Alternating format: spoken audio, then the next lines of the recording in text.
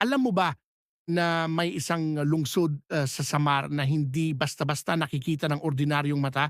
Sinasabi nilang ito raw ang Biringan City, kahit na anong pilit mong hanapin sa mapa o kahit pa gamitan mo ng pinakamodernong teknolohiya, hindi mo ito matatagpuan. Para itong isang multo, isang alamat na nagtatago sa gitna ng, makakapal na ulap at misteryo.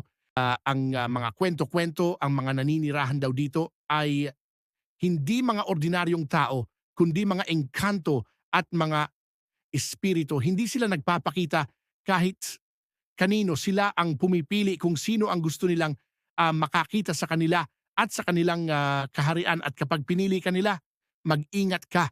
Marami na raw ang nakarating sa Biringan pero mas marami ang hindi na nakabalik. Naglaho na lang na parang bula. Ikaw, kung bibigyan ka ng, pagkakataon, handa ka bang pasukin ang misteryosong lungsod na ito?